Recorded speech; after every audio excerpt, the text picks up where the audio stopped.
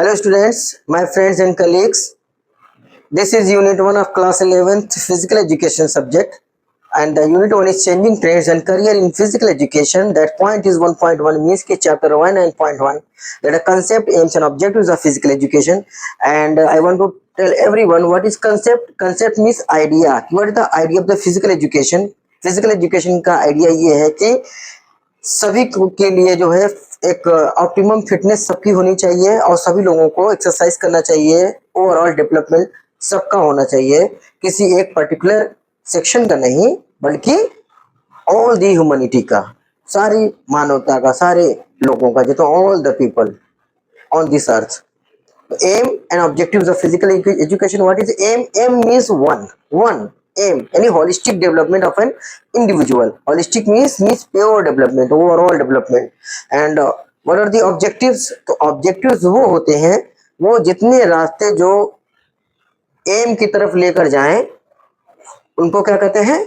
objectives कहते हैं। वो सारे जो भी डायमेंशन है, जो भी मेथड होते हैं, जो भी वेज होते हैं, यानी कि रास्ते होते हैं जो एम को क्या करते हैं, एम को अचीव करने में हेल्प करते हैं, तो उन्हें क्या कहते हैं? ऑब्जेक्टिव कहते हैं। तो now we can see here what are the objectives here: physical development, mental development, social development and spiritual development. I have written here physical development, mental, social and spiritual means mental development, social development and spiritual development. जो main objective of physical education हम games and sports से relate करके देखते हैं, लेकिन हम क्या हुआ, अब हम डेली लाइफ और एवरीडे लाइफ को भी हम इसको यहाँ से लिंक करते हैं, ऐड करते हैं। तो फिजिकल डेवलपमेंट मीन्स क्या हुआ? फिजिकल डेवलपमेंट मीन्स कि फिजिकली फिट होना। अब फिजिकली मीन्स कि जरूरी नहीं कि सिर्फ फिट दिखना, मीन्स जो हमारे ऑर्गन्स हैं, इंटरनल ऑर्गन्स हैं, जो भी हमारे सिस्टम है, रेस्पिरेटरी सिस्टम, सर्कुलेटरी सिस्टम है, नर्वस सिस्टम है, एक्सक्रेटरी सिस्टम है, ये सिस्टम सारे हमारे हैं, ये सारे सिस्टम जो है सही से काम कर रहे होंगे तो उसको फिजिकल डेवलपमेंट कहते हैं। मेंटल डेवलपमेंट मीन्स हमारा ब्रेन जो है बहुत अच्छे से काम कर रहा हो, हम क्या हो, मानसिक रूप से फिट हो, मेंटली फिट हो, उसको मेंटल डेवलपमेंट कहते हैं। सोशल डेवलपमेंट मीन्स सामाजिक विकास, सामाजिक डेवलपमेंट एंड स्पिरिचुअल मीन्स आध्यात्मिक डेवलपमेंट। अब ये हमारा चार जो मेन हो गया कि फिजिकल जब डेवलपमेंट होगा वो मेंटल डेवलपमेंट होगा। तो अब यार अगर फिजिकल नहीं है तो मेंटल डेवलपमेंट होने में प्रॉब्लम होगी, अगर मेंटली डेवलप नहीं हो पाए तो फिजिकल डेवलपमेंट जो हुआ होगा वो भी कम हो जाएगा, या धीरे धीरे वो कम होता रहेगा या खराब होता रहेगा। अब क्या है, यहाँ पे किसी ने सही कहा नहीं है कि स्वस्थ शरीर में ही स्वस्थ दिमाग का वास होता है, यानी कि स्वस्थ शरीर में स्वस्थ दिमाग रहता है। Ultimately it's very much understood that कि फिजिकल डेवलपमेंट, मेंटल डेवलपमेंट क्या है, एक दूसरे के क्या है, एक दूसरे के कॉम्प्लीमेंट विद ईच अदर, एक दूसरे के पूरक है। यानी कि फिजिकली डेवलप होंगे तो मेंटल डेवलपमेंट होगा, अगर मेंटली डेवलप है तो फिजिकल डेवलपमेंट होगा। तो यानी कि दोनों एक दूसरे को, एक दूसरे की हेल्प करते हैं डेवलपमेंट में। तो अब जब ये हमारा दो एस्पेक्ट कंप्लीट हो गया तो हम आते हैं फिर सोशल एंड स्पिरिचुअल पे। सोशल डेवलपमेंट मतलब हमारा जो सोशल फिनोमिना कैसी है, हम समाज में किस तरीके से रहते हैं, किस तरीके से एडजस्ट करते हैं, उसका कल्चर हो गया, और लोगों के साथ किस तरीके से हमारा बिहेवियर है, एडजस्टमेंट है। तो बहुत सारे इसमें फैक्टर्स काम करते हैं सोशल डेवलपमेंट में। And last one is the spiritual development, यानी कि आध्यात्मिक जो हमारा विकास है किस तरीके का है, किस तरीके से हम मेडिटेशन करते हैं, किस तरीके से हम अपना जो भी अपने आप को गॉड से कनेक्ट करने की कोशिश करते हैं थ्रू योग। योग हम जानते हैं, yoga is taken from Sanskrit word yuj. Yuj means व्यूज which means the union of soul with God, आत्मा का परमात्मा से मिलन। तो स्पिरिचुअल इसी कहते हैं स्पिरिचुअलिटी। तो हम कितने स्पिरिचुअल डेवलपमेंट हमारा है, यानी कि जो भी स्पिरिचुअल है, जो भी आध्यात्मिक है, क्या वो सच में है स्पिरिचुअल, या ऐसा तो नहीं कि सिर्फ दिखाने के लिए, सिर्फ शो ऑफ के लिए है, और वो उसका जो है अंदर से नहीं है। वी कैन से दैट कि इसीलिए उसको कहते हैं कि उसकी जो आत्मिक नहीं है तो वो उसको हम स्पिरिचुअल नहीं कहेंगे। तो क्या होता है कि जो फिजिकल एजुकेशन है जिस तरीके से हमको फिट रखता है मेंटली, सोशली और फिजिकली, जब हम फिट रहते हैं तो हमारा स्पिरिचुअल डेवलपमेंट भी अच्छा होता है। और इन तीनों में से अगर कोई प्रॉब्लम हुई फिजिकल, मेंटल और सोशल में, तो स्पिरिचुअल डेवलपमेंट हमारा बहुत अच्छा या बहुत एकदम बिल्कुल क्लियर नहीं होगा। तो ये मैं बहुत कोशिश करता हूँ इजी वे में समझाने के लिए कि बच्चे कहते हैं कि सर कोई बात आप बताएं, तो मतलब जो उसको इजी वर्ड्स में समझाएं, बताएं। तो इंग्लिश में तो बुक में लिखा ही हुआ है, इंग्लिश में तो हम लोग पढ़ते ही हैं, क्लास में पढ़ते हैं, लेकिन जब आप बताइए तो आप कुछ इजी वर्ड्स में भी बताइए ताकि हम लोग सुन के उसको समझें। तो जब समझ में आ जाएगा तो जब हम पढ़ेंगे बुक में तो भी हमें बहुत अच्छे से समझ में आएगा। तो मैंने यहाँ पे कुछ और पॉइंट्स लिखे हैं जो कि इसी के अंडर में आते हैं, जो ऑब्जेक्टिव में आते हैं फिजिकल एजुकेशन के। ये बहुत इंपॉर्टेंट है। Prevention and control of diseases सबसे इंपॉर्टेंट होता है कि हम कैसे हम किसी चीज को प्रिवेंट करें, रोकें, मीन्स कि वो हो ही ना, वो होना। और किस तरीके से किसी अगर मतलब तकरीबन अगर हो भी गया है तो कोई डिजीज हो गई तो उसको किस तरीके से हमें कंट्रोल करना है, और कुछ ऐसा क्या करें कि फिर वो दोबारा ना हो तो उसको किस तरीके से प्रिवेंट करें। तो prevention and control of the diseases भी इसके अंडर में ही आता है। मेथड बताते हैं फिजिकल एजुकेशन में। Development of personality, that is very important part.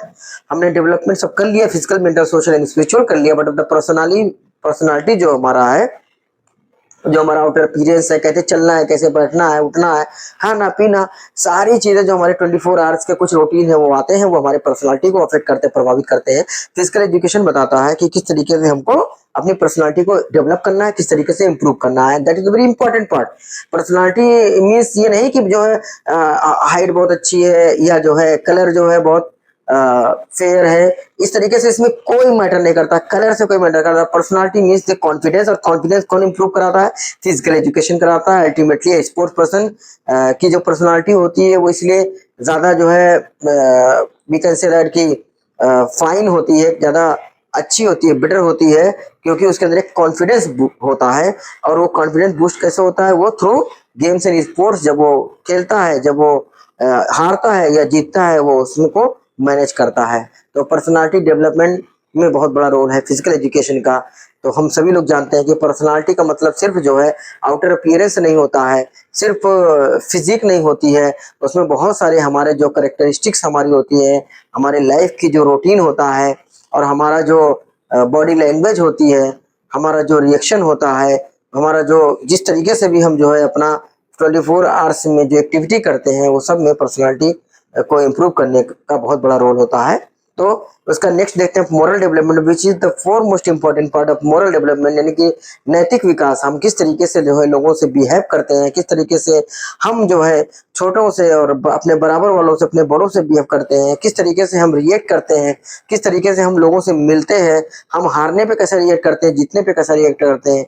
ये जो है इसमें यहाँ पे ये बहुत बड़ा रोल प्ले करता है। उस तरीके से हमारा फिजिकल एजुकेशन बताता है किस तरीके से हमको जो है एक मोरल डेवलपमेंट करना है, और किस तरीके से हमको अपने जो है एक अच्छे जो है वैल्यू, जो एक वैल्यू एजुकेशन होती है, वो हम किस तरीके से उसको लर्न कर सकते हैं। तो that is a very important part. Then the next part is the emotional toughness, यानी कि मानसिक दृढ़ता। ये बताता है कि कितना मानसिक सुदृढ़ हो सकता है एक इंसान जो कभी कोई गेम ही ना खेला हो, जो कभी फाइट ना किया हो थ्रू गेम्स एंड स्पोर्ट्स के, और जो कभी हारा ना हो, या कभी फिर जीत के बहुत जीत के जीते जीते फिर हारा ना हो, वो क्या जाने कि इमोशनल टफनेस क्या होती है। हारने के बाद भी कैसे इमोशन पे कंट्रोल किया जाता है, या जीतने के बाद भी कैसे अपने जो बहुत ज्यादा हाइपर हो जाते हैं उस पर कैसे कंट्रोल किया जाता है। तो ये हमें जो है games and sports through physical education ही हम लर्न करते हैं। तो इमोशनल टफनेस जो है हमारी बहुत ही एक ऑप्टिमम लेवल पे होती है, और जो कि होनी चाहिए, और इसका मतलब मानसिक दृढ़ता होता है। इमोशनल टफनेस पे जो है और भी वीडियोस हैं इसी चैनल पे, आप लोग देख सकते हैं। Then last but not the least, the management of the life problems, that's very important and foremost part. The management of life problems, यानी कि लाइफ में बहुत सारी प्रॉब्लम्स होती है, हमारी जिंदगी में बहुत सारी समस्याएं होती हैं। तो हमारा फिजिकल एजुकेशन सब्जेक्ट जो है वो किस तरीके से बहुत सारी प्रॉब्लम्स को दूर करता है।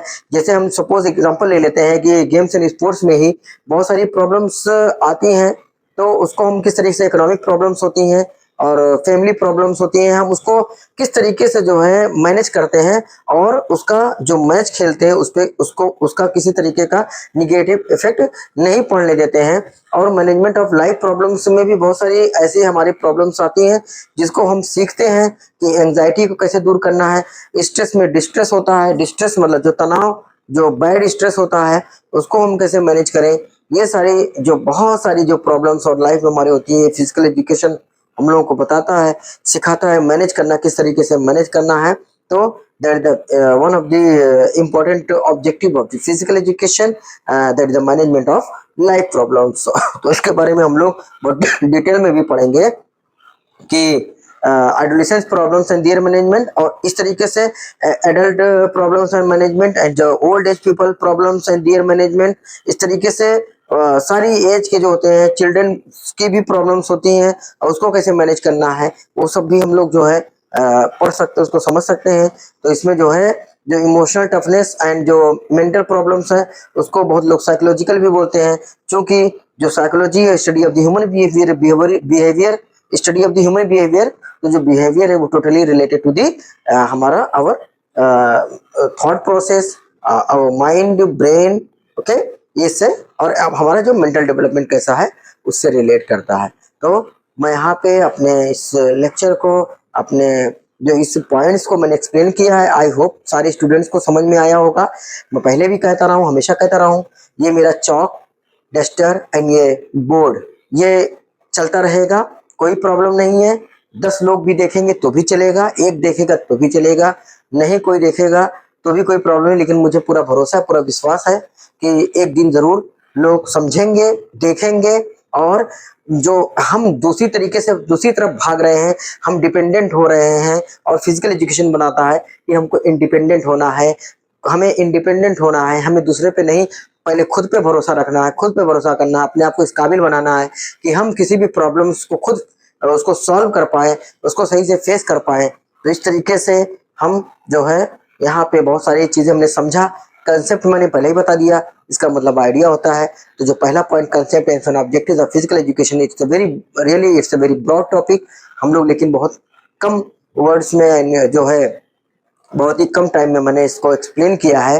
तो आई होप कि सभी को बहुत अच्छे से, जो ऑल द स्टूडेंट्स पूरे जहाँ से भी देख रहे होंगे, किसी भी स्टेट से, ऑल ओवर इंडिया, अगर इंडिया के बाहर भी लोग देख रहे हैं, दैट इज़ वेरी गुड। तो मैं यहाँ पे इसको कंक्लूड करता हूँ और नेक्स्ट टॉपिक के साथ मैं फिर आऊँगा। तब तक के लिए मैं आप लोगों से जो है इजाज़त लेता हूँ। Thank you very much.